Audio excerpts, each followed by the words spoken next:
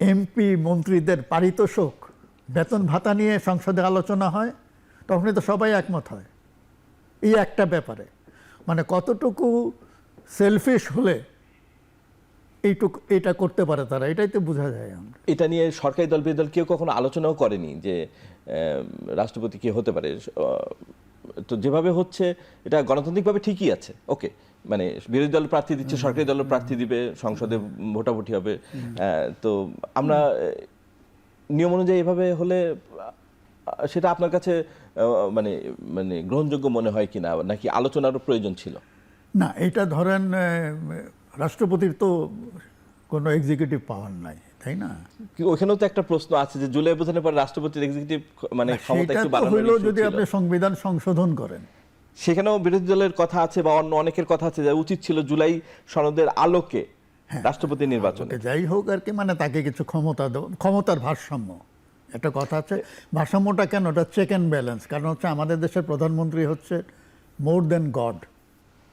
তো আপনি কিভাবে চেক অ্যান্ড ব্যালেন্স করবেন? তাইলে কিছু ক্ষমতা এমনভাবে বিন্যাস করতে হবে যাতে মানে একচেটিয়া ক্ষমতা কেউ ভোগ না করে, এইটাই হচ্ছে। তারপরেও আমি বলি যে আমাদের মতন একটা সংসদীয় সরকার ব্যবস্থার মধ্যে রাষ্ট্রপতির পদটা অলংকারী।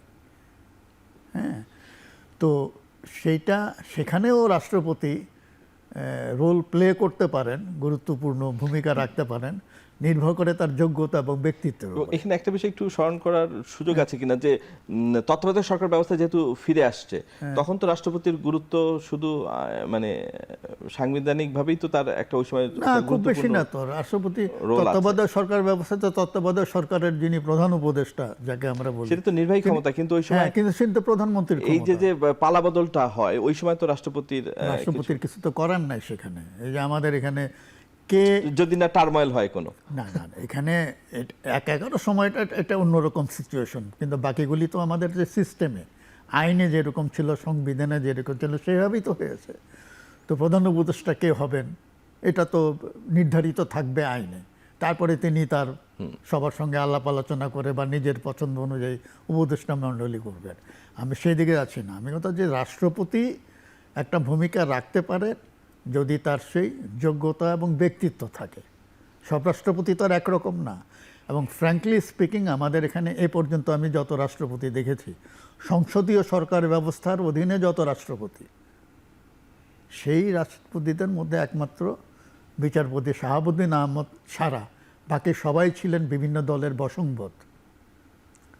হ্যাঁ, তো বশংবদ শব্দটার চাইতে তো আমি ভালো শব্দ ব্যবহার করতে পারছি না। তো সুতরাং সব রেজিমই চেয়েছে একটা বশংবদ রাষ্ট্রপতি, যে তাদের কথা শুনবে। এবং উনি ওই যে প্রতি বছর একটা বক্তৃতা দেন না ওই ইয়াতে পার্লামেন্টে, সেটা তো প্রধানমন্ত্রীর অফিস থেকে লিখে পাঠানো হয়। ওনার কাজ হচ্ছে সেটা পাঠ করা।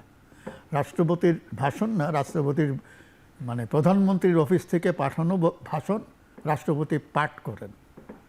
তো এই হচ্ছে আমাদের এখানে নিয়ম। তো এখানে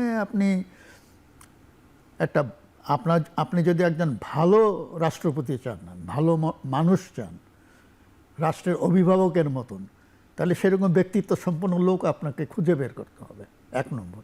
২ নম্বর, তাকে নিয়ে যারা আছেন স্টেক হোল্ডার্স, মানে সংসদে যত দল আছেন তাদের ভোটেই তো হয়, তাদের মধ্যে সংলাপ হতে হবে, আলাপ আলোচনা হতে হবে যে অমুক ক্যান্ডিডেটকে নিয়ে, যাতে সবাই একমত হয়। নিশ্চয়ই এই দেশে এমন লোক আছেন দলমতের ঊর্ধ্বে উঠে সবাই একমত হতে পারেন। আমরা তো জানি ওই যে ৯০-এর আন্দোলনের পরে বিচারপতি শাহাবুদ্দিন আহমদের ব্যাপারে একটা কনসেনসাস হয়েছিল, সব দল চেয়েছিল। তার মানে এটা কনসেনসাসটা তৈরি করা যায় যদি এখন একজন লোক, একটা দল মনে করেন যে মিস্টার এক্সকে রাষ্ট্রপতির প্রার্থী করেছে, তো মিস্টার এক্সকে তো আরেকটা দলের পছন্দ না, তো তাদের পছন্দটা নিয়ে আপনি আলাপ করেন, একটা গ্রাউন্ড বের করেন, কমন একজন লোককে বের করেন যাকে করা যায়। সে আলোচনাটা আমাদের মধ্যে নেই। ইভেন কে রাষ্ট্রপতি হবেন এটা নিয়েও একটা ধোঁয়াশা আছে। তো ফলে যেটা হচ্ছে, এটা নিয়ে একটা লুকোচুরি হচ্ছে। এবং আমার মনে হয়, এটা আমার ব্যক্তিগত অভিমত, যে রাষ্ট্রপতি পদে ইলেকশন হওয়াটা মানে আইনে আছে হবে কিন্তু বাঞ্ছনীয় না। তার উচিত উনি রাষ্ট্রের অভিভাবক, দলমতের ঊর্ধ্বে উঠে সবাই ওনাকে রেসপেক্ট করবে। তো এইরকম একটা অবস্থায় আসতে হলে রাজনৈতিক দলগুলোর যতই রেষারেষি করুক, বিরোধিতা করুক, এই একটা পয়েন্টে তারা তো এক হইতে পারে, হচ্ছে না কেন?